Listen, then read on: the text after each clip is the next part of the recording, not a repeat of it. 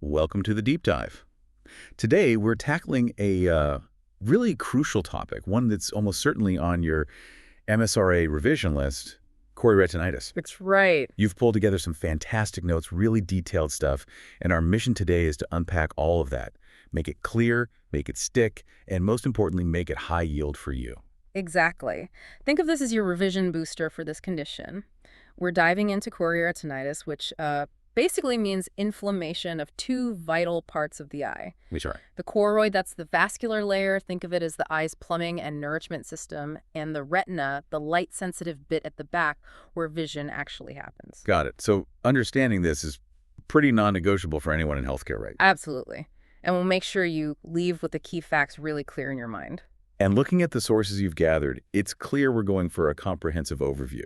It's definitely worth stressing up front, isn't it, that if this condition isn't treated, it can lead to really significant vision loss. Yeah, permanent loss in some cases. That really underlines why getting to grips with this topic is so important for your clinical practice and, of course, for your exams. Okay, let's jump right in then.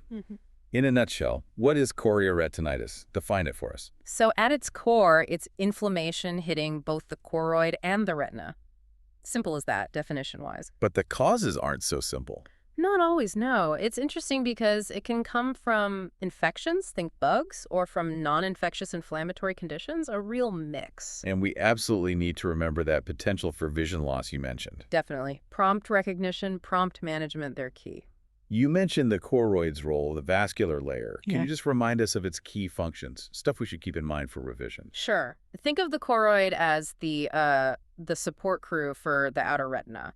Its main jobs are feeding those photoreceptor cells, helping regulate the eye's temperature, and even playing a part in keeping the intraocular pressure stable. So pretty vital functions. Inflammation there is bound to cause trouble. Exactly. It disrupts that essential support system. Okay, so inflammation in the support system and the retina itself. The notes also describe it as inflammatory and exudative. Can you break those terms down in this context? What's key to remember? Good point. Inflammatory, well, that's the immune system kicking off, causing swelling, maybe redness inside the eye. Exudative means there's leakage. Leakage. Yeah, fluid, proteins leaking into the tissues, like the eye is weeping internally, if you like. And that fluid buildup can mess with vision, too. And it can be present from birth or acquired later? Correct. It can be congenital or acquired. And something really important to remember, especially clinically, is that people with weakened immune systems are more vulnerable. They might get it more easily, or it might look different. Okay. Let's talk causes. The classic split. Yeah. Infectious versus non-infectious. Let's hit infections first. Main categories, key examples. Right. For infectious causes, you've got your main groups: viruses, bacteria, fungi, and protozoa. Okay. For viruses, cytomegalovirus, or CMV, is a big one, especially in immunocompromised people. Also, Epstein-Barr virus, EBV. Bacteria, think syphilis. That's a classic association. Syphilis, okay, fungi. Histoplasma can cause a specific type. And protozoa, the main one you absolutely need to know, is Toxoplasma. Probably the most common infectious cause overall in many places. Toxoplasma. Got it. That's a good list to have for recall. And it's worth remembering, right, that sometimes this eye problem is the only sign of an infection, but other times it's part of a bigger picture. Exactly. It could be isolated to the eye or part of a systemic illness. And sometimes it can be quite sneaky, maybe asymptomatic at first or just mild symptoms. Which underlines the need for a proper look at the back of the eye. Absolutely. And remember, the potential for permanent damage really hinges on where the lesion is the inflamed patch and how big it is. A central lesion hitting the macula. That's much more likely to affect sharp vision long term. Okay, clear. Now, let's flip to the non-infectious side. What are the key conditions or categories we need to associate with this for revision? So, for non-infectious causes, it's often about the immune system going awry. Autoimmune diseases are a major category. Think sarcoidosis. Sarcoidosis, okay. What else? Then you have specific inflammatory conditions that seem to target the eye, like Vogt-Koyanagi-Harada syndrome, VKH. And systemic disorders like Behçet's disease often have eye involvement, including chorioretinitis. Right. The notes also mentioned tuberculosis. I thought that was an infection. It is, technically. But the way TB affects the eye often involves a very strong inflammatory reaction, so sometimes it gets discussed alongside these non-infectious inflammatory causes in differential diagnoses, even though the root is bacterial. Interesting distinction. The notes also threw in IV drug use, other autoimmune conditions, even malignancy. It really paints a picture of diverse underlying problems. It does. It emphasizes the need for thorough investigation to find the root cause. So thinking about who's more likely to get this, what are the key risk factors? Well, again, the risk factors are very much tied to the specific cause we're talking about. Makes sense. But some general themes pop up. Obviously, a history of relevant infections like STIs for syphilis-related cases.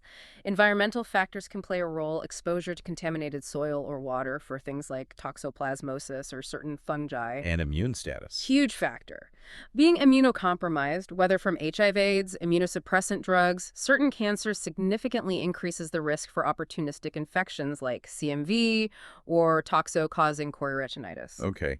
And having one of those systemic conditions we mentioned, like sarcoidosis or Behçet's. Yes, that itself is a major risk factor for developing the associated chorioretinitis. Right. So we know what it is, the causes, the risks. Yeah. Let's get into the pathophysiology. What's actually happening at the tissue level, the basic mechanism? So the core process is inflammation in both the choroid and the retina. Now, how that starts depends on the cause. Go on. In infectious cases, the bug, virus, bacterium, whatever, can directly invade the tissue. It starts multiplying, damaging cells. Then the body's immune system rushes in to fight the infection. Which is good, surely. It is, but sometimes that immune response itself causes collateral damage. The inflammation, while trying to clear the bug, can also harm the delicate eye tissues. Friendly fire, essentially. Okay. And what about the non-infectious types? No bug involved there. Right. In those cases, it's the immune system itself that's the primary problem. It mistakenly identifies normal, healthy eye proteins or cells in the choroid or retina as foreign threats. Like an autoimmune attack. Exactly. It launches an inflammatory attack against the body's own tissues. This misdirected immune response causes the inflammation and the damage, the body's security system malfunctioning. So either an outside attacker triggering a defense response or an inside job where the defense system attacks itself. That really clarifies why finding the cause is so crucial for treatment. Precisely. Speaking of finding the cause, that brings us to differential diagnosis. The notes list quite a few conditions that could mimic chorioretinitis. For revision, what are the key ones we absolutely need to keep in mind? Things to rule out. Good question. Yeah, the differential is broad because symptoms like blurred vision or floaters aren't specific. So, number one, you have to think about retinal detachment. That's an emergency. Definitely. What else? Macular degeneration, especially the wet form, can cause visual changes. Uveitis is a broader term for intraocular inflammation, but chorioretinitis is a specific type of posterior uveitis. You might have anterior or intermediate uveitis presenting differently. Okay, so retinal detachment, AMD, other types of uveitis. Keep going. Retinal vasculitis, inflammation of the blood vessels in the retina. Retinal tumors, though rarer. Posterior vitreous detachment, or PVD, is common and causes floaters, so that's on the list. PVD, right. Other macular diseases need consideration. The possibility of an intraocular foreign body, especially with a relevant history.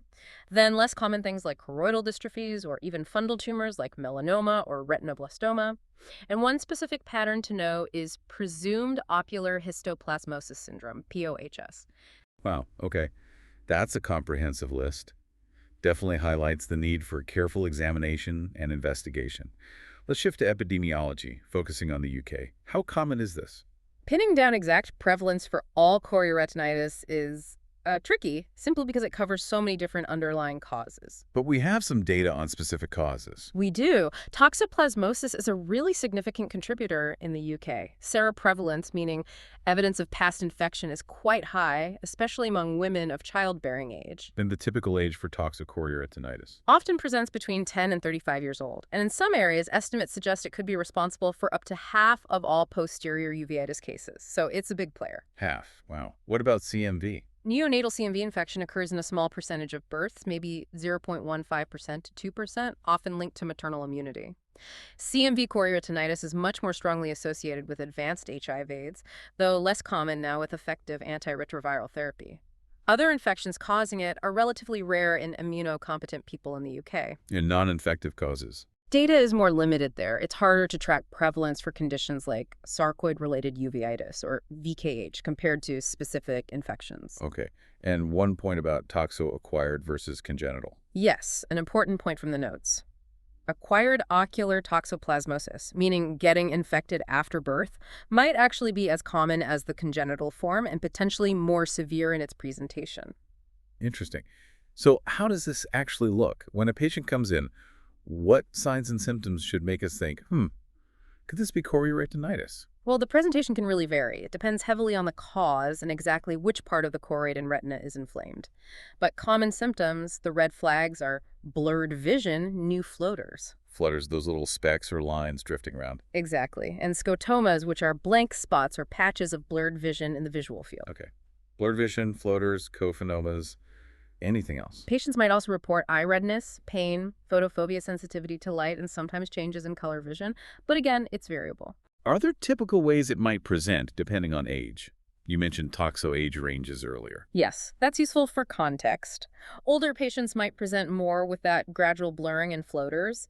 In children, it might be less obvious. Perhaps they start squinting, or parents notice they aren't seeing small objects well. And congenital infections. They can be very subtle initially, perhaps picked up on screening, or there might be other signs of congenital infection affecting other organs. The eye signs might not be the main presenting feature at birth. Right. And when we actually examine the eye using an ophthalmoscope or slit lamp, what are the key findings to look for? Things to remember for exams. Okay, key exam signs. If it's active chorioretinitis, you're typically looking for pale, yellowish-white lesions on the retina, often with quite well-defined borders. There might be overlying haziness in the vitreous gel due to inflammation. And if it's old, inactive. Inactive lesions look different. They tend to become white, atrophic patches, often with clumps of dark pigment, usually around the edges. Scar tissue, essentially. Active. Pale. Defined lesions. Inactive. White pigmented scars. Got it. And systemic signs. Well, they'll depend entirely on the underlying cause, if there is one. Fever, rashes, joint pain could be anything, depending on whether it's syphilis, sarcoidosis, etc. And for toxo, again, specific presentation points. Ocular toxo often presents either very young, say under 4, or a bit older, maybe over 9. Congenital cases might be picked up via screening or their parents. Acquired cases, though, often present with more acute symptoms, the sudden floaters, the blurred vision. Okay, that's helpful. So someone presents, we suspect chorioretinitis based on symptoms and maybe initial exam findings. What investigations do we need? Right. Investigations are key to confirm it, figure out the cause, and see how bad it is. First off, a full, comprehensive eye exam is essential. Unclitting. Checking visual acuity, how well they see the chart, and a detailed fundus examination, looking right at the back of the eye, often with pupil dilation. Essential first steps. What specialized tests might the ophthalmologist do? Fluorescein angiography is common. They inject a dye into the arm, and it circulates to the eye's blood vessels. Photos are taken to see leakage or inflammation patterns. Very useful. Okay, angiography. What else? Optical coherence tomography, OCT. This gives amazing cross-sectional scans of the retina, like a microscopic slice. It shows the layers, any swelling fluid, really detailed anatomy. OCT. Right, and finding the cause. That often means blood test serology, looking for antibodies or antigens related to suspected infections like Toxoplasma, syphilis, CMV, maybe Lyme disease, TB tests. So blood work is crucial for infectious causes. Any other imaging? Sometimes, depending on what you suspect systemically, you might need chest x-rays for TB or sarcoidosis, or even MRI or CT scans. Okay, a tailored approach. So once we've investigated, maybe got a diagnosis, what's the management strategy? What are the main principles? The core principles are twofold. 1, treat the underlying cause if you've identified it and it's treatable, like an infection. 2, control the inflammation to prevent further damage. And the specific treatments? It really depends on the diagnosis. But the main tools are antimicrobial agents for infections, anti-inflammatory medications, usually corticosteroids, either drops, injections around the eye, or tablets, and sometimes, for severe non-infectious cases, immunosuppressive therapy might be needed long-term, plus supportive measures for symptoms. And collaboration seems key, based on the notes. Absolutely essential. This often requires teamwork between ophthalmologists, infectious disease specialists, rheumatologists, GPs, depending on the cause. It's rarely managed by just one person. And a really important point for anyone listening who might be the first point of contact, referral urgency. Yes, critical point. Any patient presenting with new floaters or reduced vision needs an urgent referral to ophthalmology, ideally seen within 24 hours for that dilated fundal exam. Don't sit on it. Okay, 24-hour referral for new floaters or reduced vision. Got it. Let's zoom in on treating the infectious types. Right. For infections, it's all about targeting the specific pathogen. Treatment can range from just observation, if it's mild and likely self-limiting in a healthy person, to specific drugs. Antivirals for CMV. Specific antibiotics for bacterial causes like syphilis or Lyme disease. Antifungals if it's a fungal infection. Antiparasitic drugs for toxoplasmosis. Anti-TB drugs if tuberculosis is the culprit. And often with steroids. Often, yes. Corticosteroids are frequently used alongside the antimicrobials to dampen down the damaging inflammation more quickly. And, of course, treating any underlying systemic disease is paramount. Okay.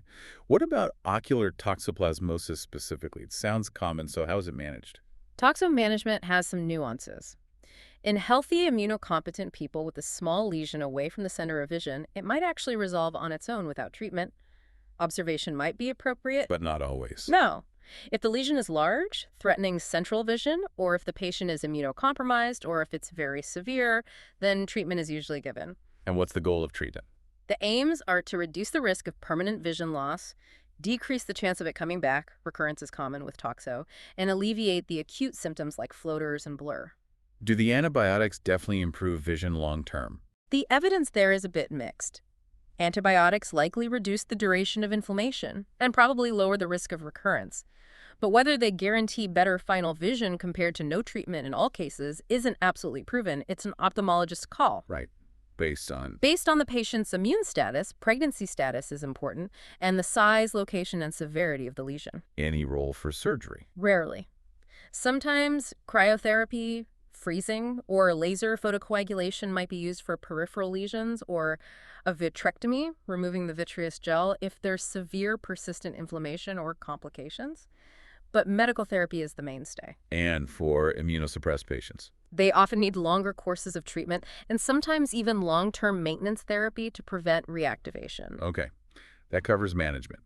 What about the outlook? What's the typical prognosis for chorioretinitis? It's highly variable. That's the main message. It really depends on the specific cause, how much damage occurred before treatment started, and how quickly and effectively it was managed. So early diagnosis is key for prognosis. Absolutely crucial. The sooner it's diagnosed and treated appropriately, the better the chance of preserving vision and preventing complications. Can it become a long-term issue?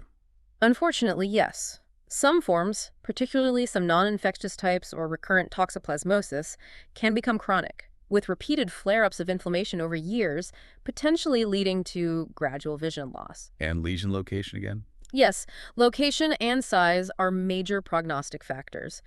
A small lesion out in the periphery might leave no noticeable deficit, but a lesion, even a small one, right in the macula, or a very large lesion anywhere, is much more likely to cause permanent visual impairment. But there was a slightly positive note for kids with toxo in the UK. Yes, the notes mentioned a UK survey suggesting that, generally, the visual prognosis for children with toxoplasmic retinochoroiditis is often reasonably good, which is encouraging. Okay. Finally, let's touch on complications. What are the potential downsides or consequences if things don't go well, or even with treatment? Several potential complications. The most feared is permanent vision loss, obviously.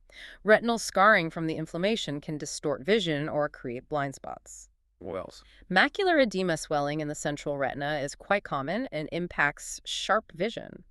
Retinal detachment can occur, sometimes as a late complication. Glaucoma, increased eye pressure, can also develop. And systemic complications. If there's an underlying systemic disease like sarcoidosis or Behçet's, you can have complications related to that disease process elsewhere in the body. Any others related specifically to the eye inflammation? Yeah, the inflammation can spread forward, causing acute anterior uveitis, and sometimes abnormal blood vessels can grow underneath the retina choroidal neovascularization, or CNV, which can bleed or leak and cause sudden vision loss. Can that CNV be treated? Sometimes, yes, often with anti-VEGF injections, similar to how wet macular degeneration is treated. And one last one, especially relevant for children. Amblyopia, or lazy eye. If a child has significant chorioretinitis causing poor vision in one eye for a prolonged period during visual development, the brain might start to ignore that eye, leading to amblyopia. Okay, a broad range of potential issues. So let's try and wrap this up. Key takeaway message. Chorioretinitis is a serious inflammatory condition of the back of the eye. It has diverse causes, infectious and non-infectious.